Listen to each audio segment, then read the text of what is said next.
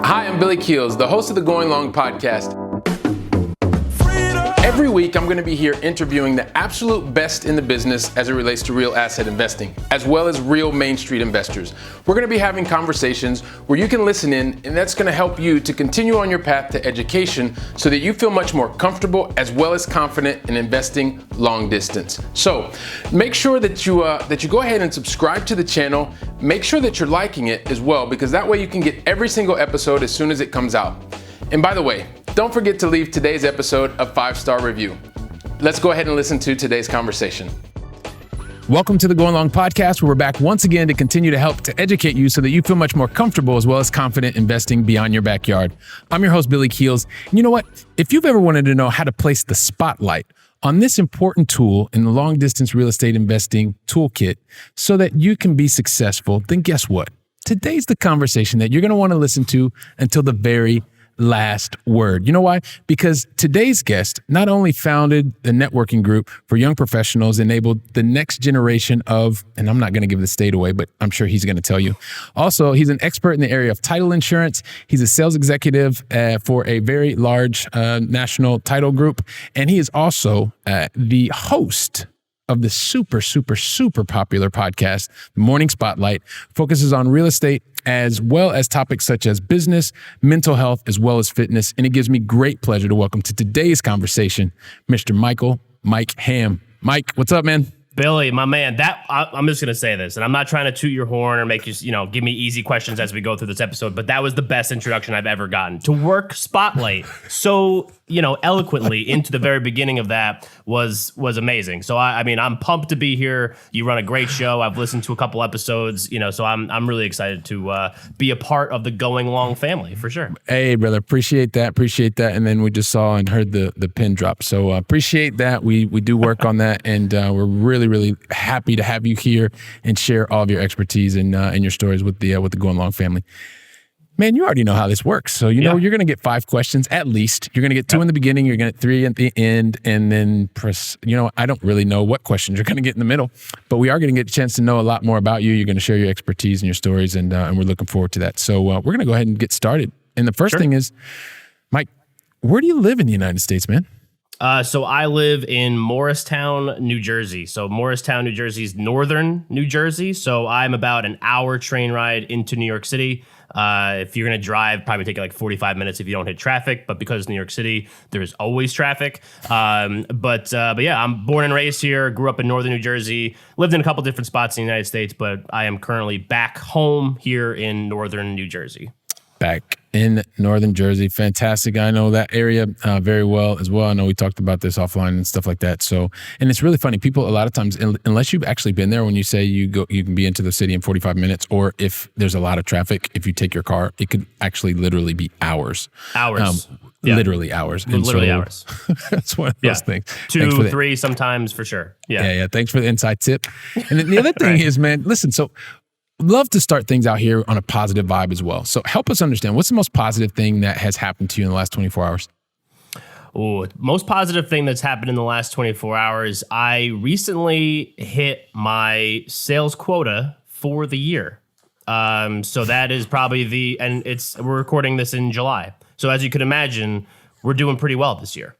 So we're doing some cool stuff. I think the content has been a big driver in the revenue generation for sure, because we've been doing the show and putting content out there and educational type stuff and entertaining stuff for sure, since July of last year. And I think I'm finally starting to see like the fruits of that labor. And now we've gotten to a point here where now I'm looking at the rest of the year and hopefully can accomplish some big things from now until the end of the year. So I think that's what I would say. That's the most positive thing, which, as I'm sure you could imagine, that's pretty positive. Yes, and you're surrounded by a whole bunch of sales executives that are listening to us and watching us. So, of course, any sales executive that hits their quota in month 7 of a 12-month year, it's usually it's usually a pretty good thing. And by the way, congratulations on 1 year, the Morning Spotlight. Fantastic. And I know we're going to talk about that a little bit more as well. Yeah. And appreciate you starting us off with some positivity. And look, Mike, I always try my best. Right, I really do. I promise. I try my best to just help people understand who you are in like the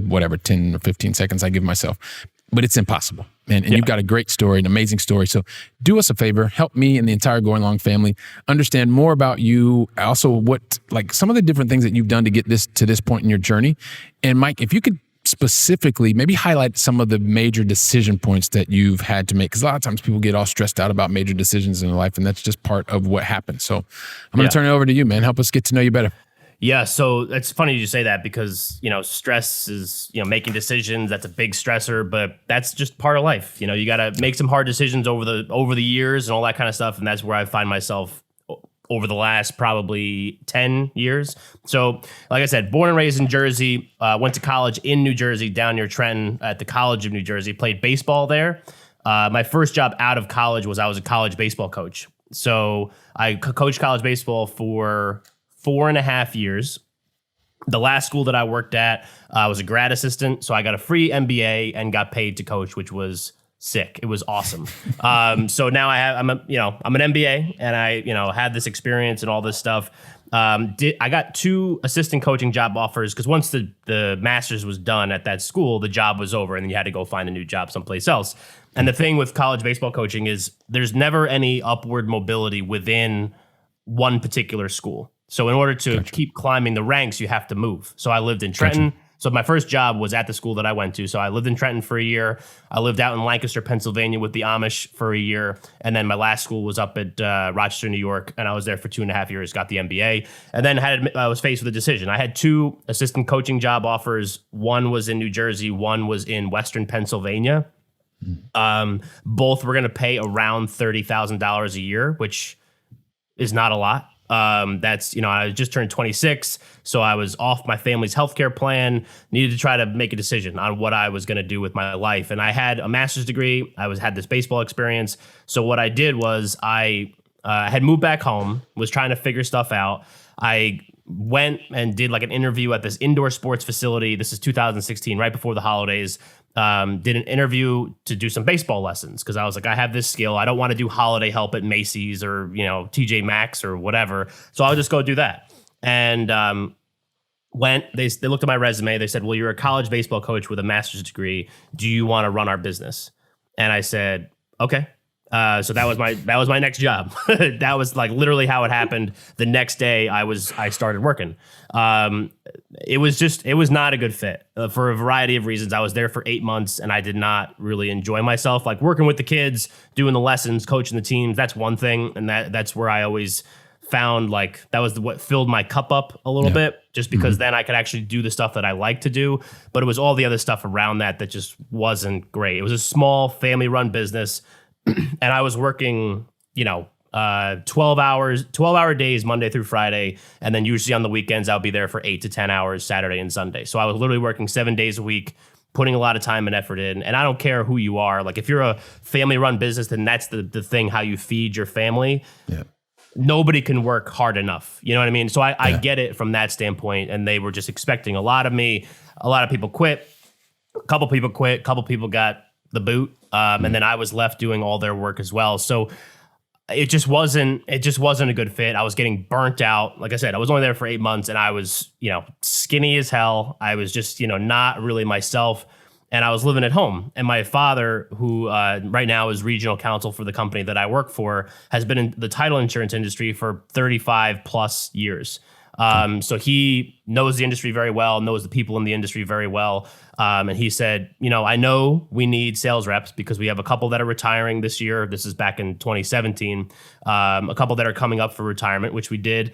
And not sure if you know a ton about the title industry, but especially here in New Jersey, it's very old school. So there's not normally a lot of backfill of young, pretty faces like me. It's people that look like my dad, and he's a handsome guy, but he's 65. So I got an interview, I got the job, and then that basically started this, be 4 years in a couple weeks, at this company selling title insurance. So maybe the first couple months were rough because I had no idea what I was doing. I had no experience in real estate or relationships or networking experience or anything. I had nothing.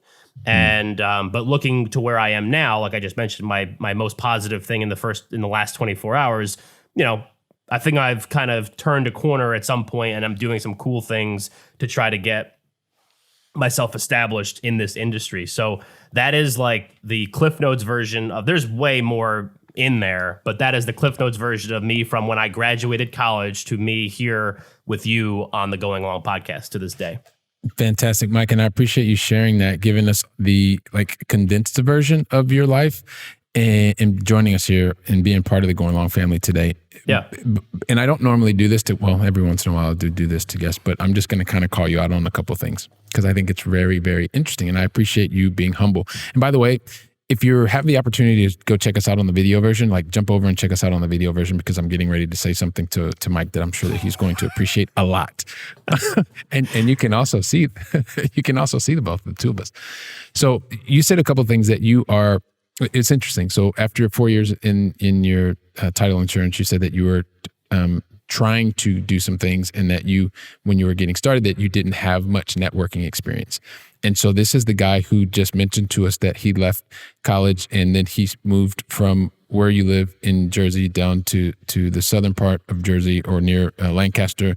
Then you went up north, and then you went out western Pennsylvania. So actually you were kind of learning already to move and network and meet people. Yeah. Because by definition, what you were doing in baseball, there was not really the upward mobility because you had to pivot. Right? You had to go to other places and meet and network.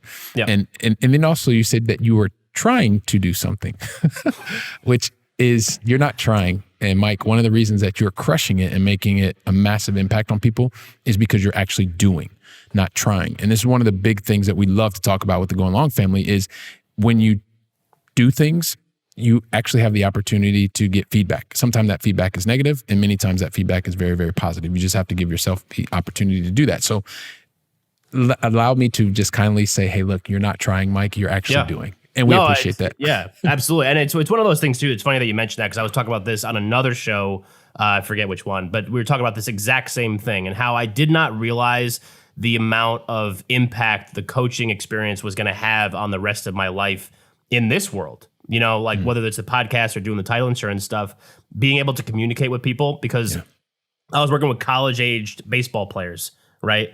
Mm-hmm. I was once one, so I could say this. So they're not necessarily the brightest or the most locked in.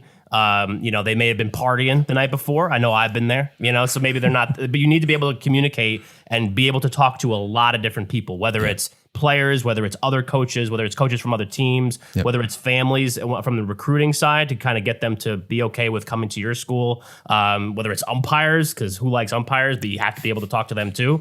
But it's just one of those things where I did not realize the communication skills that I had and the networking skills that I had, like you said, before I got into this job. And with the beginning, it was frustrating because I did not know, I didn't know what I was doing, and I was just not all in on this job. And I would dabbled. I would try to go do some baseball lessons at these other facilities, kind of half-assing this particular job because I didn't know. And then once I started I just decided I'm going all in. I'm gonna whole ass it, not half-ass it. And just dove into it, and then next thing you know, I'm doing some really cool things, and then eventually, probably up until last year, and then moving into this year, that's when I realized I do have these skills, and I didn't even realize that I probably got them from when I was coaching, but it was just interesting to kind of see how I was going to weave this all together. Yeah, I love that, man, and the fact that you are taking steps and moving forward, then you are weaving it all together and you're continuing to progress. And what you're also helping to serve is an example for so many people that are in corporate jobs and thinking, wow, you know what, I'm not or just you're in a corporate job now and you're thinking about, hey, look, you want to get into some type of passive investing, or you want to maybe have a side hustle or whatever. Every previous experience helps you, or the experience that you're having now can help you for the previous experience. You just have to give your mind the possibility to recognize those transferable skills. So that's awesome. So listen, I know one of the things that you are just a master at is this whole area of title insurance. It's not something that we've talked a lot about. However, and I'm someone, I own property in New Jersey. So I personally know the important role of the title insurance company that is involved in multiple transactions, having that member of your team, because as you're building a relationship, those relationships help you on each and every single transaction. But because the whole world of title insurance is pretty new to a lot of people, especially here with the Going Along family, could you just help us understand, like at a 50,000 foot level, like what is title insurance and why is it important in the entire supply chain, for lack of a better word, of the real estate process? Okay, so I'm going to give you the 50,000 foot view of title insurance. We'll just take it here in New Jersey. There's New York, Pennsylvania are very similar, so this can apply to those states as well to a certain degree. But every state handles it differently, you know, with their rates and everything, and how they structure their paperwork and everything. But title insurance at its crux is different than any other type of insurance you're ever going to buy in your entire life. So think auto insurance, think health insurance, think life insurance. You're paying monthly, yearly, whatever premiums for anything that's going to happen in the future. Excuse me. With title insurance, it is a one-time premium that you pay at the time of your real estate closing for anything that has happened before you take ownership of that piece of property. So I don't care if it's a $100,000 condo or a $100 million commercial property. It's all the same, right? So here in New Jersey, the rates are regulated, by the Department of Banking and Insurance. So basically, it doesn't matter what company you go to, you're going to get charged the exact same price. You should. If you're not, call me, because that's not good. Exact same price for essentially the exact same product. The only big difference is the logo at the top is going to be different. So it doesn't matter. That's the company logo. So that's really what it covers. So let's say there's a lien on the property. Lien could be a mortgage. Lien could be a construction lien. It could be a mechanic's lien if you live in a different state, and that's what they call construction liens. And I was just going to say, just really quickly on that, because we have some people that are outside of the United States as well. So when you say a lien, what is that? Just at a very basic level. So a lien, if you want to look at it like a mortgage, like what that would be. So basically, like the bank has a lien on that house. That's what the mortgage is. So basically, you need to pay them back so that you could pay down that. That's what a lien is. So they put the money up to buy the house. So they have they're usually a first in lien. So they're the ones that get paid first, and then it kind of goes down. It's like first in, first paid, or I forget what exactly it's called. But that's what a lien is. Does that answer the question? Yeah, exactly. So it's just like when you have a lien, that whoever's in front of you, that person has the right to whatever said asset is before. Exactly. Basically that's what it is. So appreciate you clarifying that. Yeah. And I cut your flow. So get back. It's go cool. Back to the flow. So let's say you decide that you don't want to purchase title insurance because it's not required by law.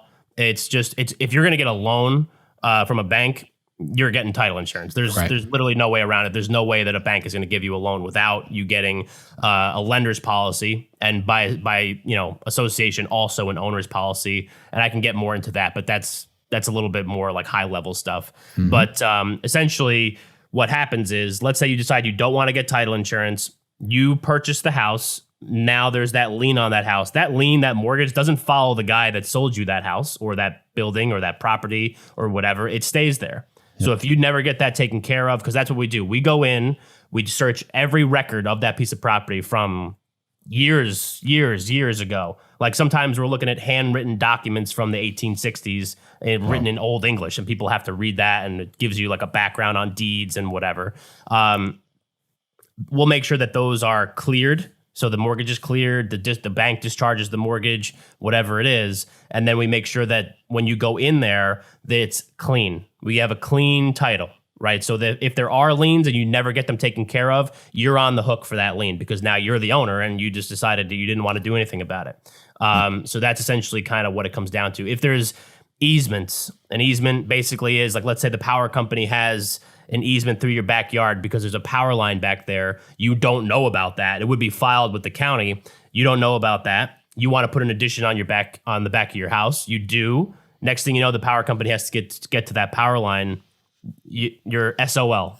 And that's shit out of luck, So that's essentially really what it comes down to. You want to make sure that the investment that you're making if this is your home, if this is a big commercial investment, these are some of the biggest investments you're going to make, and you want to make sure that what you're getting is what you see on paper. You want to make sure there's no surprises. You want to make sure that all the stuff is cleared up beforehand. So that's what title insurance comes down to. It's making sure anything that's happened in the past on that particular piece of property is done, put to bed, clean. You don't need to worry about it. And then once you take ownership of that piece of property, that's other stuff. We don't handle anything after that. It's all prior. So, okay, perfect. So I love the way that you broke that down, which is number one, when you think of traditional insurance, because as soon as you hear title insurance, you think insurance, and that really covers from where you are today to the future for things that will happen. And then title insurance is really about where you are today, looking back, just to make sure that as an investor or as wherever you are in the transaction, I guess, that when this property transfers possession, that you actually understand that it's clear, like there are no issues, right, with the property.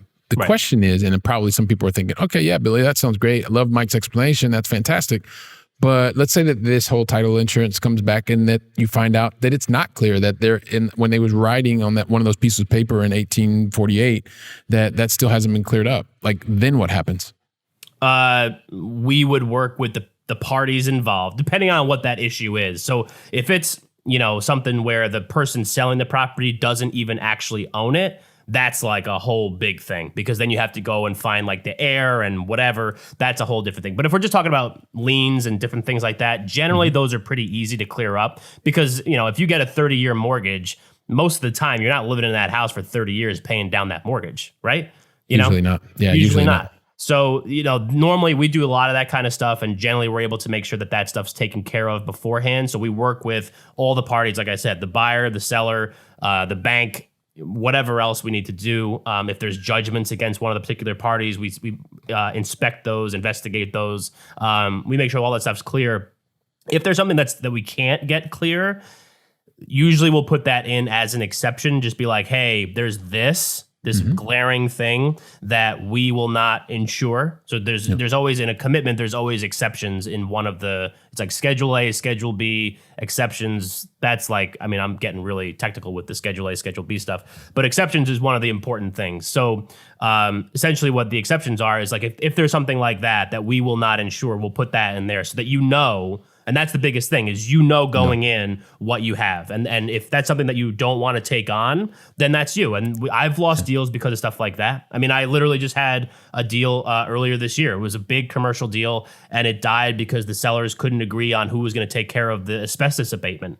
Right. And then boom, deal dies. Right. And there's other stuff like that happen. That's not necessarily a title issue, but there's stuff that happens on the title insurance side as well. So, that's kind of what happens with that. So at least going in what you're getting. So, okay. So then basically you are there helping put the spotlight on the situation, and then people absolutely understand what they're getting into, and they can either go forward or not. They decide, hey, look, we don't really like what's here, but there are no surprises. So basically you're helping people to never have any surprises. You're calling things out for them so that they know what they're getting into. Yeah. If we do our job the right way, you should never hear from us again. Like, you should literally pay your premium at your closing and then never have to talk to your title company ever again until you buy another building, property, whatever.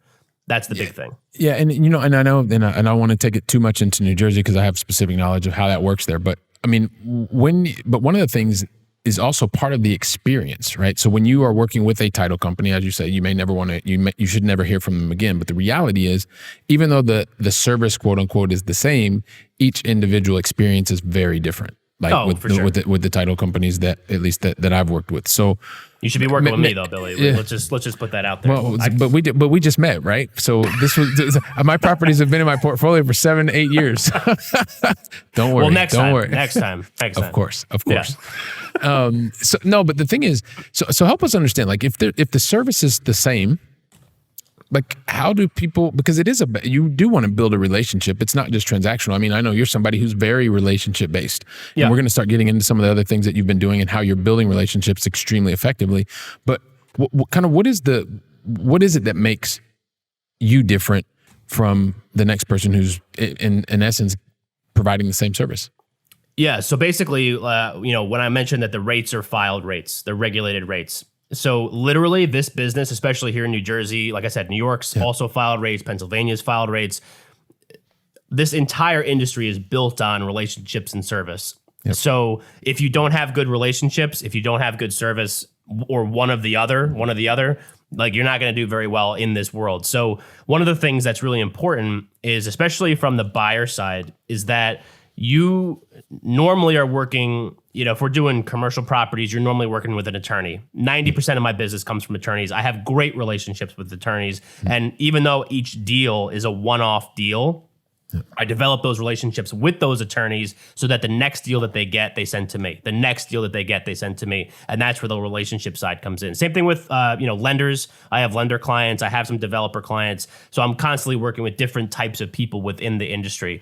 But one of the things that's really important to note for people that are listening to this show, which I think is predominantly buyers of real estate, right? That's generally what we're talking about. Yeah, buyers, investors, yeah, exactly. Yeah. Yep. At the end of the day, you need to know that you're the one that's going to shell out the money for this stuff, especially here in New Jersey. The buyer pays for title insurance. Other states, the seller will pay for it. Other states, it's split. Other states, it's negotiated. There's a lot of different things. But, here in New Jersey, it is the buyer's responsibility to pay for that title insurance. So a lot of times what winds up happening is sometimes you'll get, and I don't want to speak bad about this, but you get realtors and title agencies that'll kind of, be locked in together in a variety of ways. And most of them are on the up and up. And there's a couple that aren't, but we're not talking about those.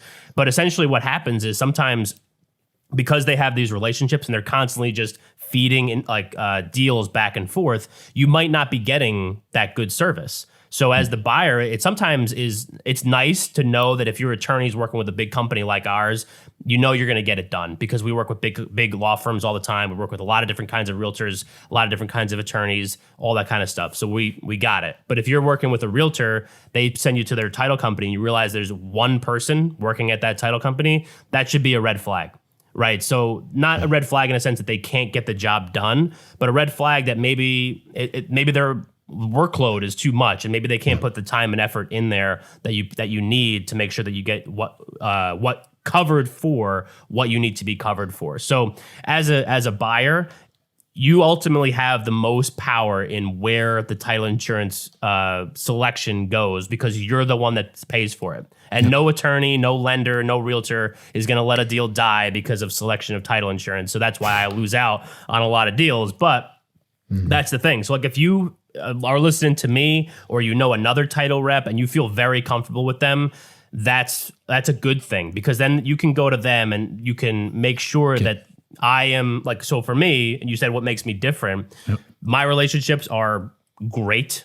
And I will say that and I'll shout it from the rooftops. I have great relationships with my clients and people within the real estate world. So even if I don't have, a connection that can help you right away, I can figure it out. I'll find one, and then for me, because I've now been in this game for a while, I work with my dad quite a bit, not work with him, but learn from him quite a bit. Yeah. So I have a little bit more of a knowledge than maybe some people that do this job.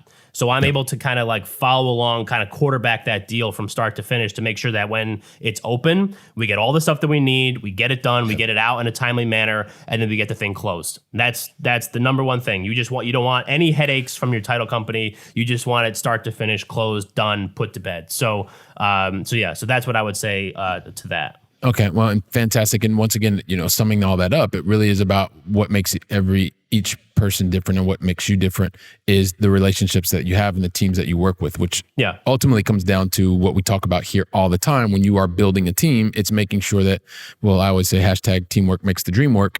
And at the same time, making sure that each member of your team understands your vision as an investor, your vision as a buyer, as a seller, whatever you want to be doing. And it's just, once again, having members on the team that are going to help to educate you so that you are feeling comfortable and confident in working with them. So a couple of things, Mike. So I want to pivot a little bit, man, because I want us to chat about this kind of challenge you were having. And through this challenge, you were able to see the light and see the spotlight, right? The morning spotlight. Tell us a little bit about that, man, because I know this is, because a lot of times people, when we're faced with challenges, you may be faced with a challenge and you think it's unsurmountable, or insurmountable, I think it is. I can't remember anymore. But one of these insurmountable. Okay, thank you very much. I've been in Europe way too long, man. This is multiple languages in the mind. These things happen sometimes. But a lot of times people will think about collapsing. That may have even been on your mind, but I know that you didn't. And I know that you're really positively impacting a lot of people's lives today. So tell us the story, man. How did the morning spotlight come about, man?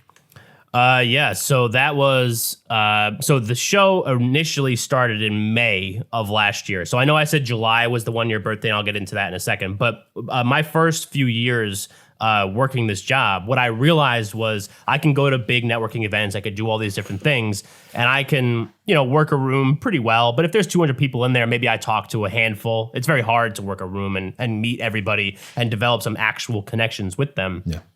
So what I started to do was I set up a young professionals networking group, which is that next generation of New Jersey thing that you mentioned in the bio, where it was like this LinkedIn group. And then I said, once we get it to 50, we're going to run a happy hour. We're just going to do it. People come, they pay for their own drinks, they come a couple hours, whatever, and they go home. So we did that. And that was my first full year. So 2018, we set that up. And then every couple months we would run another one, and it was good. We'd get 15 to 20 people. Then a friend of mine and we started running these real estate focused networking events in person. So we'd run an open bar. One was for March Madness. One was for a kickoff holiday party in 2019. So we would get 60 to 100 people for those. I think our holiday party, we were like 90 something. Okay. And then March happened. And here in New Jersey at the very beginning, once we got shut down around St. Patrick's Day, so March 17th, somewhere around there, we got crushed by COVID. Our hospitals overrun. Everybody knows the story. We don't have to get into that part. And I think initially I was like, this is going to be probably a couple weeks. I'll just lounge on the couch. It'd be like a little staycation type deal. And then most of us were thinking, right. COVID's going to be over, and then we'll kind of move on with our day. But I was like, I feel like people need to talk to each other, and we can't because there was no place to go. So that following week after the shutdown happened here in New Jersey, I started running virtual happy hours. And so I would do them Tuesday nights at 5:00.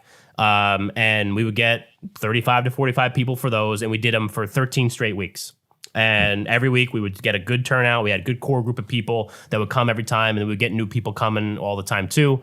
And that was just my way for me of staying connected. And then eventually we realized that it wasn't going to be a 2 weeks thing. And that's why it went for so long. But then what I started to do was post about those on LinkedIn. And I had always been present on LinkedIn and doing stuff on LinkedIn, posting content on there at different times. That was kind of how I would do cold calls with stuff on LinkedIn, like message people that were relevant to me. Because if I cold call an attorney, he's going to hang up on me because they don't want to talk to people like me.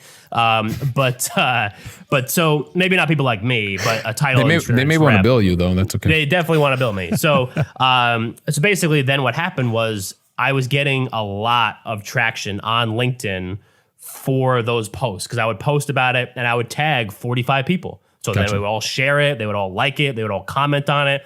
So my numbers started going up and up and up and up. Then I had always heard that video was a great way to get more engagement on LinkedIn as well. So I was like, what if, and this is just like my brain. It's just like, what if next week, we don't plan stuff here. We just go for it, which is both a blessing and a curse at the same time.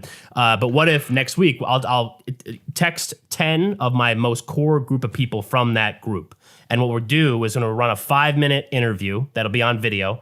I'll write down 3 questions and I'll read them to the guest. Like I had my intro written down, I had my 3 questions written down, and I had my outro written down. And then I would give those questions to the guests beforehand. Generally, they would have answers written down. So it'd be 2 people on a Zoom call just reading to each other. So as you can imagine, the content was electric. But what happened was, that probably the first 10 out of 10 said yes. The next 10 that I asked, 10 out of 10 said yes. And I would post them on LinkedIn Monday through Friday at 9 a.m. That was the thing. So that's why it was called the Morning Spotlight, because in the morning, we would spotlight someone. Very simple, right? Yeah. So, and that was another thing. I figured I'm going to run out of content in about a month. I'm going to run out of people. And then we'll just the COVID must be over by then, right? Right.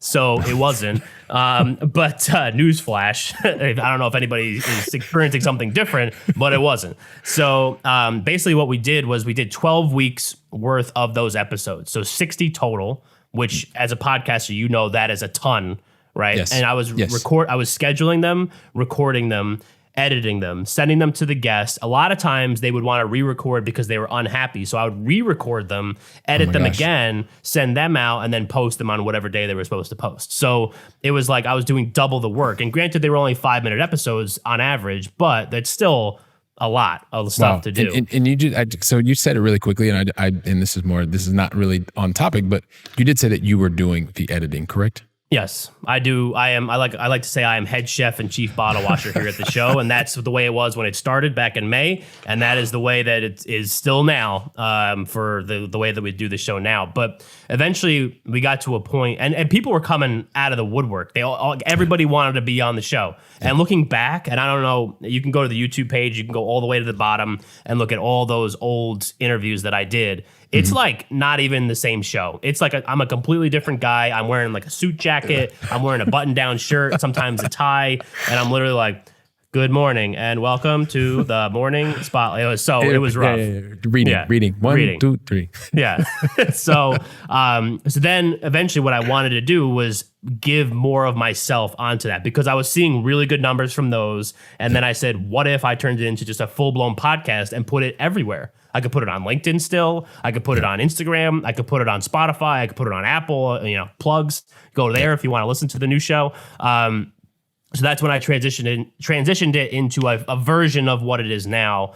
We posted our first episode of that show, which is why I considered July 14th the birthday of the real show, because this is what I've always wanted to do. Didn't know what it was. Didn't know what I wanted to do. But we would do a lot of panel episodes at the beginning. So we'd have on a couple people talk about the New Jersey residential markets. We would talk about 1031s, pilots, real estate development, real estate finance, a lot of different stuff. So we'd have 2, 3, 4 people on each episode. And as you can imagine, trying to get 2, 3, 4 people on one episode is like herding cats. Yes. So it's impossible. And eventually we transitioned it into just one person. So like you came on the show, that one might post before. I forget when the post dates are, but yeah, you were on my show. So that's kind of what we do. And what we do is we get somebody like you on the show that has a wealth of knowledge on a particular topic, but we also dive more into the story because I found that that's how I'm able to connect with my guests really well. Yeah. So listen to your story. And while your story is unique to you, people can connect and resonate with different things that are a part of that story. So like we've had people on that were teachers and now are multifamily syndicators. Yeah. Right. We probably have a teacher out there that listens to the show. And then they're like, oh, okay, I could do that too. Something like that. So eventually we also started doing some more episodes that are not real estate. So we started doing in March. We used to do like dabble in a Thursday episode every now and then. And that was kind of like I would meet somebody and I would say, hey, why don't you come on? And I would post it on Thursday because it was just different. And then March, we just made a conscious effort to post 2 episodes a week. And we've been doing that since. Awesome. So Tuesdays are still our real estate days, and Thursdays are I call them like our cool people days. Not because the real estate people aren't cool, but I call myself the coolest. You just read my mind. I was like Billy thinks he's not cool. But I call myself the coolest guy in title insurance because I was on another podcast, and the guy said, "You must be the coolest guy in title insurance." I'm like, oh, brand. And you're like, no, I am. Yeah. So, but yeah, so now so we've had, professional athletes, NFL players, Olympic athletes, musicians, other podcasters, people that I just think are interesting. And I think that even though they may not have a story that's focused in real estate, you could learn something from them. If you listen to an Olympic athlete talk, you're going to learn something about perseverance. You're going to listen to something about success, failure, all that kind of stuff, which is just dedication. That goes beyond anything. That transcends industry. It transcends lifestyle. It transcends where you are in the world. So people can pick up on different things from those people. And that's kind of how the show is structured now. Yeah, man. And so I appreciate that you give us the structure and give us the genesis of the morning spotlight. And also just the fact of the matter is at the end of the day, like the whole origin was because you wanted to keep people connected and in spite of the coronavirus, COVID-19, you could have stopped and not done anything, but you decided, hey, look, I'm going to make sure that what we started and was gaining traction doesn't just fade away. And so you probably didn't expect that you were going to have this hugely popular podcast and that you were going to be able to help people on real estate and also help people on fitness and mental health and all these other types of things. But look, when you give yourself the opportunity to actually listen and do, not try to do, but do, then you can go out and impact a lot of lives positively. And you can even, like, as a result, some of the side other things that happen is you get your sales quota for the year in the month of July. So these are kind of cool things. And, and I want to keep asking you like more and more questions, but the reality is, Mike, there's this thing called the Going Long Final 3.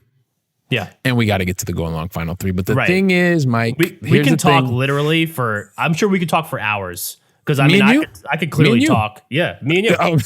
I mean, we could, this We could could go do on like a for part days. 2, a part 3, a part 4. A part 48, I think, probably. Yeah, the trilogy, the saga of Mike and Billy.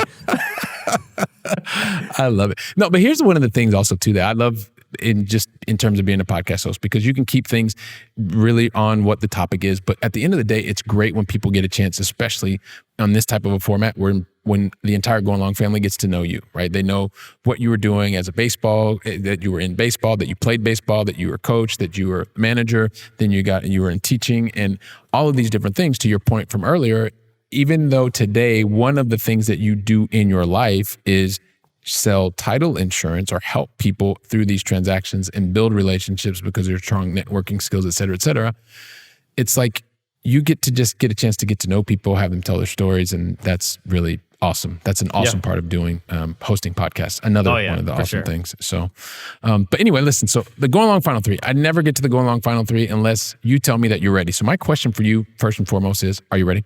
I'm so ready. When were you not ready, man? I've been ready since the beginning. Let's get this done. Right. Let's go. Billy, let's get on to the next thing, please. Let's go. Now, here we go, man. So listen, we started with you over in Morristown, and now I want to bring it back to this side, this side of the pond, as we like to say, over here in Europe. So help us understand, Mike, what is your favorite European city that you've either visited or is still on your bucket list to visit? So I've never been to Europe. But if I were to ever go, I would go to Formia, Italy, because that's where my grandma is from. Okay, so perfect. So when you come to Europe, you will go to Formia, Italy, and you can stop into Barcelona, Spain. Just let me know. Give me 24 I'll give hours. you a buzz. Yeah, just give me 24 hours. Yeah. Just a hop, skip, and a jump away. So we're good. We'll be all good.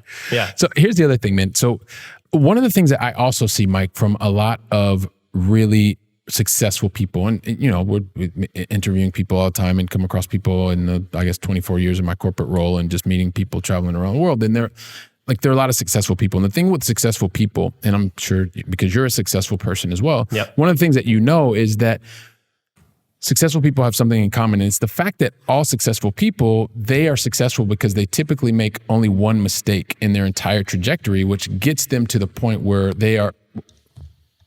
Did I do that again? I think I do that every single time. I don't know what. Maybe it's by design. No, so in the Going Long family knows the joke, but in all reality, so there's this whole thing, and really successful people are just like everybody else, literally like everybody else. Oh, I see where the joke is. And there's these things yeah, happen. Yeah, I got it. And so the thing is, just like everybody else, you have learning opportunities, mistakes. I don't know what you want to call them, but everybody has them. And the thing that successful people do, they typically have and make a lot more mistakes than most people. Yeah. But they do one thing very, very, very differently. And that is they stop and they learn from the mistake, and then they apply the new knowledge to the situation. So I would love for you to share with me and the entire Going Long family, what is one, piece of advice or recommendation that you've learned, or one lesson that you learned through a failure event or a mistake that that lesson that you learned will really help somebody today? Be yourself. That's it. Right. So last year gave everybody an opportunity, especially, here, I know in Europe as well, to sit with themselves. Where I live in New Jersey, if I walk to go get a cup of coffee, I come within 6 feet, probably with 25 people, and I live probably a 4-minute walk to the nearest coffee shop. So I'm used to being around other people. I'm used to a fast-paced type lifestyle. Yeah. When I was stuck in this 1-bedroom apartment here in the town that I live in, the walls started getting smaller and smaller and smaller. But I was forced to just think about what I wanted from life, right? And I realized that I was doing this thing where I would have business Mike, I would have Mike that hangs out with his family, Mike that hangs out with his friends, Mike that would go on dates, Mike that would be in Mike would be in relationships, Mike that would just sit on the couch, eat popcorn and watch Netflix, right? So I had all these different personas, and it was exhausting because people can't really get to know you for who you are. And honestly, when I started doing the show, particularly when I started doing the show in its current format, not the original one, because that was, I don't even know who that guy was. That was the dude wearing the blazer. Exactly. I think. So yeah, that was the business weirdo, but once I started just telling myself, just like put it out there, because the more that you are yourself, you're going to connect better with people. And I think that people want to be people pleasers, right? Yeah. They want to appease everybody. But when you do that, there's people that are just never going to resonate with you no matter what you do, right? Yep. They're out. They're always going to be out, even if you are trying to please everybody. And the people that you would actually connect with and develop strong relationships with, you don't get to know them better either, because you're constantly trying to put on this face. And people's BS meters, especially here, in the Northeast, here in the United States, their BS meters are tuned to the max. Like you can't escape. And so that's what I would say. And that's what I did. And honestly, it's just so freeing, because then you can just be yourself. You don't have to put on a face for anybody. You're just like, here it is. If you like it, great. If you don't, that's okay. But that's what I'm going to give you. So, and that's when I've seen the most success in my business. That's when I've seen the podcast have the most success. And I am just the happiest that I have been in life. Like, I'm comfortable being by myself. I have a girlfriend, but I'm very comfortable with her, but I'm just good with who I am. And like, I just feel good about that. And it just, like I said before, the transcends thing, it transcends life. So as soon as you're able to lean into who you are and be yourself, that's how you build authenticity. That's how you build trust with clients or listeners or friends or whatever. And that's what people want. That's what they want from you. They just want you to be yourself. So you can't be intimidated by the word authenticity, but you just got to be it. You just got to be yourself. Be yourself. Lean into it. Love it, man. Love it. Love it. And here's the last one, man. This is the last one of the Going Long Final 3, and it really is about helping to feed our brains. What is the one book that you would recommend to the Going Long family? So in full disclosure to the Going Long family, I am not a big reader. I can read. It's all good. I'm educated for sure. But I don't read all that much. But there was one book that I remember reading, and this is a few years ago, called The Energy Bus by John Gordon. So the Energy Bus is basically like, you want people on your bus that are of a similar mindset than you. And they call them energy vampires. And those are the ones that like just people that like to suck the energy out of you. Yep. And you need to dismiss them, which is sometimes hard, but it's key. And the more you surround yourself with people that are like you, like I feel like we're very similar, and I would like to surround myself with people like you, and that's what feeds me. So the people that I have, my friends, my family, my girlfriend, business partners, networking partners, all those people that I collaborate with for the show, other podcasters, people that are part of those communities are people that are like me, and that's what gives me strength, and that's what pushes me forward like every single day, because I have people that are all rowing the boat in the same direction. So that's what I would say. Energy Bus, John Gordon, go read it. And it's like literally like this thick. So it was perfect for somebody like me. Fantastic. So, and for me as well, the Energy Bus, John Gordon, love that, man. And also too, that ties in really well with being authentic, right? Yep. And being yourself. So here's the thing, and I know we started out in the conversation, you're helping us understand from the teaching background, from the playing baseball and moving and being able to network. And then you probably didn't realize you were learning all that because you were moving around and you were following your dream. And then you actually, you kind of pivoted and you wanted to build a business. And then you realized, like, wait a minute, man, I'm working 96, 104, 120 hours a week. And I'm getting yelled at all day. Hang on a second. Let me pivot somewhere else. Yep. You knew somebody that was already in a well-established industry, needed someone that was looking to be able to grow into the role with your strong networking ability, wanting to bring people together, wanting to build relationships, wanting to do that in spite of COVID-19. Even when that roadblock came in, you figured out, like, this is the way that I'm going to continue to do it. And you were able to shine the spotlight, right? And create the morning spotlight and connect a bunch of people. And I know that people here are like, this Mike dude is awesome. Like, he is the title insurance guy, and he's just an awesome guy as well. True. And so they're thinking to themselves, how do we get in touch with Mike? So Mike, help us understand, what's the best way for the Going Long family to get in touch with you, man? The best way is to go to themorningspotlight.com. That is the hub. That has all the show stuff. It has good, helpful title insurance links on there, like a rate calculator and some real estate glossaries and some different things like that. Awesome. My email addresses are on there. My social handles are on there. So themorningspotlight.com. That is the hub to get everything, me, the show, and title, everything that you need. Boom, right there. Love it. Themorningspotlight.com. Also, too, I know a lot of you here on the Going Long family, you love reaching out to people on LinkedIn. And when you reach out to Mike on LinkedIn, do us both a favor. Let him know that you listened and or watched the two of us have this conversation here on the Go Along podcast, and that's going to help you and Mike continue the conversation in a way that is much, much easier. So please do that when you reach out to him on LinkedIn. So Mike, man, this has been super awesome. I really appreciate you investing your time with me and the entire Go Along family, and just want to thank you from the bottom of my heart, man. Thank you so much. Oh, Billy, this has been great. I really appreciate you having me on. I love the format. I love the show. I love you. And I just think it's all great. So I really appreciate it. All right. Love you back, brother. Listen, if you give me just a couple seconds, I just want to say a couple of things to the Go Along family before we get out of here. And listen, once again, Go Along family, I mean, Mike, love his energy, love his story, and love the way that he also took time to help to educate us in this area of title insurance and also giving us a chance to get to know him. You know that somebody needs to hear Mike's story, that you know that you're thinking, oh man, this person we were just talking about this, and it's like they were a baseball player, and also they were now looking in their sales and all these kinds of things. So take your phone out of your pocket and just share today's episode with like 2 or 3 other people. You know who those people are, and you can be the person that makes a positive impact on their lives. And just, take a second to do that. And while you have your phone out, because I know you have your phone out, just do us a favor and just leave an honest written review. An honest written review. Don't ask for a 5-star review or any of that kind of stuff, but an honest written review. What are the things that you liked about the conversation? What are the things that you'd like to see us do in the podcast to help to bring you more value? I go through every single one of these reviews and ratings, and we're doing all these types of things to continue to bring you more value and attract amazing guests like Mike. So until we can get you back here on the very next conversation, I know that I'm looking forward to the very next conversation. So I want you to go out, make it a great day, and thank you very much. Wow, don't you love hearing from top-notch experts in the field? When I was getting started, I really wish that I would have had access to such experts. And even more, I wish they would have given me like a really simple list of things to follow so that I could have gotten to my goals much faster and been much happier even sooner. So that's why I've created for you the 7 things that you should avoid in order to be successful in long-distance investing. And you can pick that up really easily by going to billykeels.com/7 things to avoid. And also, if you liked today's episode, don't forget to leave a 5-star review. I'm looking forward to seeing you on our very next episode, so go out and make it a great day.